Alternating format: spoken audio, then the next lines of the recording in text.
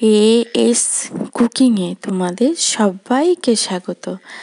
আজ তোমাদেরকে বানিয়ে দেখাবো লোভনীয় স্বাদের ইলিশের রেসিপি। দেখতে যতটা সুন্দর, খেতেও দারুণ হয়। ভিডিওটা সম্পূর্ণ দেখার অনুরোধ রইল। দুটো ইলিশ মাছ নিয়েছি, কেটে পরিষ্কার করে ধুয়ে কিছুটা রেখে দিয়েছি আর কিছুটা রান্না করব। লবণ আর হলুদ দিয়ে একটু বেশি করে লবণ দিয়ে ইলিশ মাছগুলো মাখিয়ে 10 মিনিট রেখে দিয়েছি।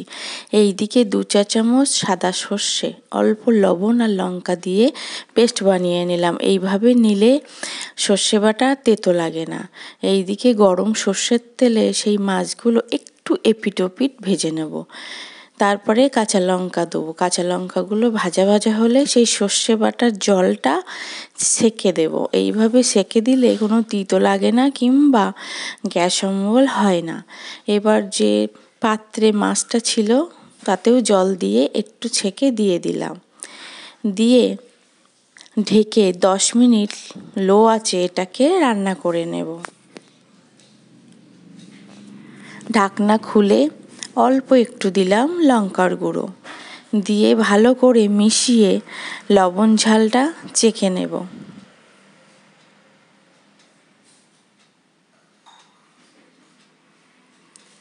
এইবার দেব খুব সামান্য পরিমাণে কটা চিনির দানা আর কটা কাঁচা লঙ্কা চেরা। চিনির দানা দিলে এটা কিন্তু মিষ্টি হবে না, কিন্তু কোনো তিতভাব থাকবে না। আর দিলাম 3 চা চামচ মতো কাঁচা সর্ষের তেল, ছড়িয়ে দিয়ে ঢেকে 5 মিনিট রেস্টে রেখে দিলাম।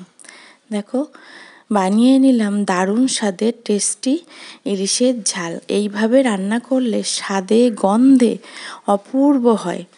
খুব সাধারণভাবে রান্না করা, কিন্তু খেতে দারুণ হয়। তোমরা একবার বানিয়ে আমাকে কমেন্টে জানিও কেমন হয়।